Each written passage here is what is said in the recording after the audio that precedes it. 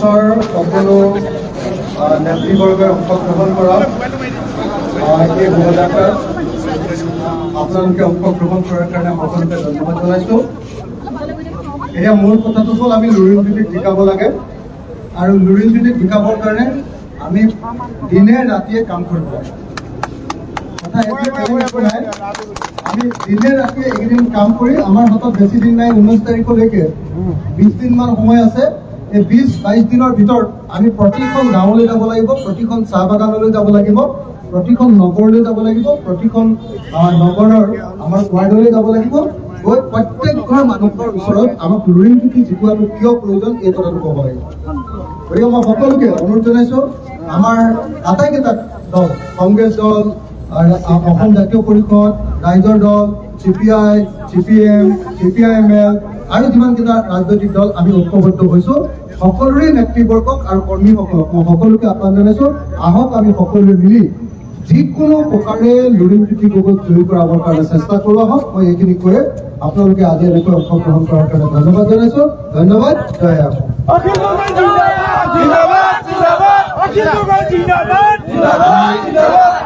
অখিল গগৈ ডাঙৰীয়াক ধন্যবাদ জ্ঞাপন কৰিছোঁ আৰু ৰাইজক অকণমান বহল হৈ অনুৰোধ কৰিছোঁ।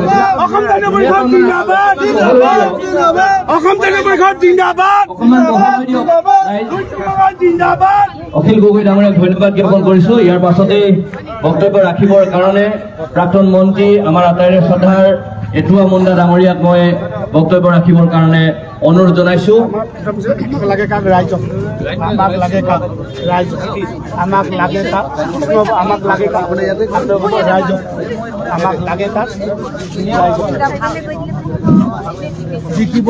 সকলোকে নমস্কাৰ। আজি আমি সকলো ৰাজনৈতিক দলৰ বিৰোধী ঐক্য মঞ্চৰ সকলোকেইটা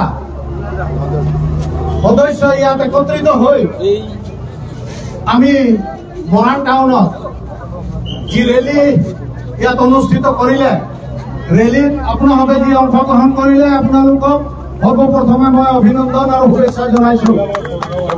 আমি ভাৰতীয় জাতীয় কংগ্ৰেছ দলৰ তৰফৰ পৰা লুৰিণজ্যোতি গগৈক আমি কিয় জিকাব লাগে? লুৰিণজ্যোতি গগৈ আমাৰ সকলোৰে বিৰোধী ঐক্যৰ এজন যোগ্য প্ৰাৰ্থী।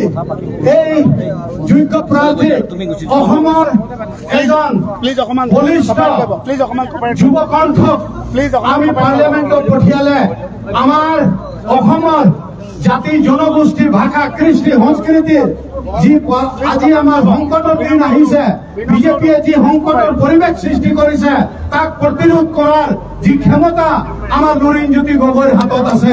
লুৰিণজ্যোতিৰ ওপৰত আমাৰ বিশ্বাস আছে। আমি আশা কৰিছোঁ আজি আমাৰ মাজত আমাৰ শ্ৰদ্ধাৰ শিৱসাগৰ জিলাৰ শিৱসাগৰ সমষ্টিৰ MLA, ৰাইজৰ দলৰ সভাপতি অখিল গগৈ ডাঙৰীয়াকে প্ৰমুখ কৰি CPI CPMকে প্ৰমুখ কৰি সকলো দলৰ নেতা কৰ্মীসকলে লুৰিণজ্যোতিৰ কাৰণে ওলাই আহিছোঁ।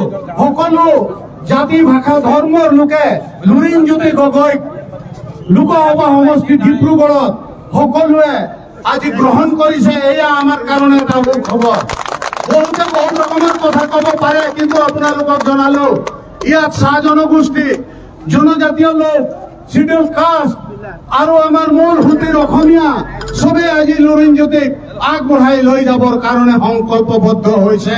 আমিও এই সংকল্পবদ্ধৰ অংশ হিচাপে আজি মৰাণ চহৰত এই প্ৰতিবাদৰ যোগেদিয়ে, এই প্ৰচেষ্টাৰ যোগেদিয়ে লুৰিণজ্যোতি গগৈক বিপুল ভোটত জয়যুক্ত কৰাবলৈ আহ্বান অনুৰোধ জনাই মোৰ বক্তব্য সামৰিলোঁ।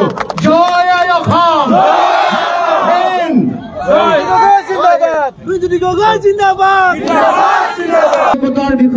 সমাজ বিপন্ন কৰিছে। আমাৰ মানুহৰ মাজত বিভাজন, ঘৃণা, ধৰ্মীয় উন্মাদনাই সমাজ নিশেষ কৰিছে। এই সমগ্ৰ বিষয়সমূহৰ এটা ভয়াৱহ পৰিৱেশ সৃষ্টি কৰা এই ৰাজনৈতিক দলৰ নেতা সেইসকলৰ এই সমাজ ভঙা, জাতি ভঙা, দেশৰ গণতন্ত্ৰ সংকটৰ পেলোৱা এই যি কাজৰাজি যি ষড়যন্ত্ৰ ইয়াক উফৰাই আমি ডিব্ৰুগড়ৰ মাটিত আমি আমাৰ বিৰোধী শক্তিৰ আমাৰ জয়যাত্ৰা অব্যাহত ৰাখিব লাগিব। তাৰ কাৰণে আজিৰ পৰাই যাত্ৰা আৰম্ভ হৈছে আৰু ইয়াৰ যোগেদি আমি সমগ্ৰ ডিব্ৰুগড় লোকসভাবাসী ৰাইজক এটাই বাৰ্তা দিব খুজিছো যে আগন্তুক দিনসমূহত আমি সকলোৱে একেলগে এই ন্যায় প্ৰতিষ্ঠাৰ যুঁজত আমি সকলোৱে অৱতীৰ্ণ হ'ব লাগিব। গতিকে আজি আৰম্ভ কৰা এই যাত্ৰাই আমি আগন্তুক দিনসমূহত অসমত ডিব্ৰুগড় লোকসভা সমষ্টিৰ প্ৰতিটো প্ৰান্তে প্ৰান্তে মানুহৰ মাজলৈ লৈ যাম। আমাৰ অসমৰ ৰাইজক কৰা যি অন্যায়, জাতীয় জীৱনক কৰা যি অন্যায়, সমগ্ৰ অসমৰ সাধাৰণ জনগণক যি অন্যায় কৰিছে তাৰ বিৰুদ্ধে আমি মানুহৰ মাজত আমাৰ এই কথা বতৰাবোৰ লৈ যাব লাগিব। তাৰ লগে লগে আমি আগন্তুক দিনসমূহত কেনেকৈ আমাৰ সমাজখনক আগবঢ়াই লৈ যাব কৈছো। আমাৰ প্ৰতিটো জাতি জনগোষ্ঠীক বিভিন্ন শ্ৰেণীৰ মানুহক সকলোকে কি অন্যায় কৰিছে সেইবোৰ সমগ্ৰ ৰাইজক আমি সকলোকে বুজাব লাগিব। গতিকে আজি ইয়াৰ উপস্থিত থকা সকলোকে আমাৰ ধন্যবাদ কৃতজ্ঞতা জ্ঞাপন কৰি সকলোৰে পৰা আশীৰ্বাদ বিচাৰিছো। আজি আৰম্ভ কৰা এই যাত্ৰাত যাতে অহা 19 তাৰিখলৈকে সকলোৱে সহায় সহযোগিতা আগবঢ়ায়, সকলোৱে যাতে আমাক সহযোগ কৰে, আশীৰ্বাদ কৰে। ডিব্ৰুগড় লোকসভা সমষ্টি সমগ্ৰ অসমবাসী ৰাইজৰ পৰা আশীৰ্বাদ বিচাৰিছো যাতে আগন্তুক দিনসমূহত আমি এই সংগ্ৰামত আমি অন্যায় নাইকিয়া কৰি ন্যায় প্ৰতিষ্ঠা কৰিব পাৰো। আমি যিসকলে আমাৰ অসমৰ জাতীয় জীৱনক বিপন্ন কৰিছে, অসমৰ জাতীয় জীৱনৰ প্ৰতি প্ৰচণ্ড অন্যায় কৰিছে, সেইসকলক উৎখাত কৰি আমি প্ৰকৃত গণতান্ত্ৰিক ব্যৱস্থা আমি প্ৰতিষ্ঠা কৰিবৰ কাৰণে আমি সকলোৱে যাতে একেলগে আগবাঢ়িব পাৰো। তাৰ কাৰণে আগন্তুক দিনসমূহত আমি সকলোৰে সহায় সহযোগিতা বিচাৰি মই মোৰ বক্তব্য সামৰণি মাৰিছো। ধন্যবাদ।